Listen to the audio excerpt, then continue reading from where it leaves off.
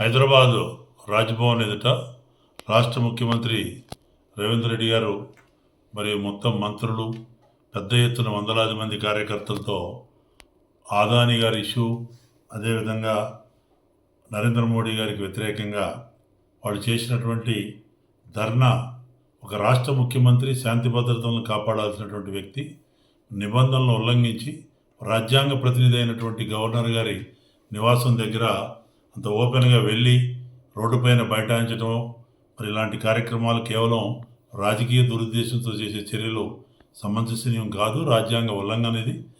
ఉద్యమం లేస్తే రాహుల్ గాంధీ గారు వాళ్ళ నేతలందరూ కూడా కాన్స్టిట్యూషన్ బుక్ పట్టుకొని అంబేద్కర్ ఇచ్చిన కాన్స్టిట్యూషన్కి ఏదో భంగం కలుగుతుందని, వీళ్ళే కాన్స్టిట్యూషనల్ రైట్ని బ్రేక్ చేస్తూ రాజ్యాంగ ప్రతినిధిని మరి రాజ్భవన్ ముందు హై సెక్యూరిటీ జోన్లో ఇన్ని వందల మంది కార్యకర్తలు ముఖ్యమంత్రే ఇంత పెద్ద ఎత్తున పోవటం చాలా శోచనీయం, ఖండనీయం అని చెప్పి సందర్భంగా తెలియజేస్తారు.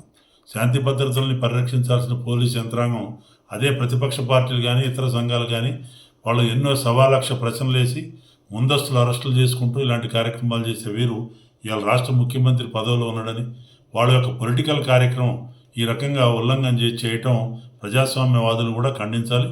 ఇది కేవలం రాజకీయ ప్రయోజనాల కొరకు ఆదాని ఇష్యూను డైవర్ట్ ఆ రకంగా మరి నరేంద్ర మోడీ గారి పైన డైవర్ట్ చేస్తూ చట్టం దాని పని అది చేసుకుంటుంది, మాకేం సంబంధం లేదు.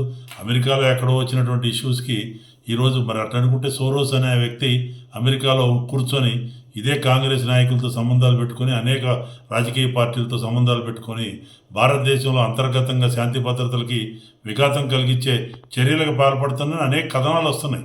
మరి వాటి అందరి మీద కూడా చర్యలు తీసుకోవాల్సింది పోయి ఈరోజు ఒక ఇష్యూ చేసి దీన్ని ఒక రాజకీయంగా వాళ్ళ తప్పుల నుంచి డైవర్ట్ చేయడం కొరకు ఈ రకంగా కాంగ్రెస్ పార్టీ చేస్తున్న ఈ యొక్క దుష్ట పన్నాంగం రాజకీయ క్రీడ మాత్రమే అని చెప్పి సందర్భంగా తెలియజేస్తూ, ఇది ముఖ్యమంత్రి గారి పదవికి ఇది ఔచిత్యం కాదు, ఏ రకంగా చూసినా ఇది న్యాయసమ్మతం కాదు, చట్టబద్ధం కాదు, దీనికి ప్రజలే సమాధానం చెప్తారని చెప్పి సందర్భంగా తెలియజేస్తారు. హిట్ టీవీ యాప్ ని డౌన్లోడ్ చేసుకోండి. ఇందులో short news, live news, entertainment movies అన్ని అవైలబుల్ గా ఉన్నాయి. Please download hit TV app. Hit TV app ని ఫ్రీగా డౌన్లోడ్ చేసుకోండి.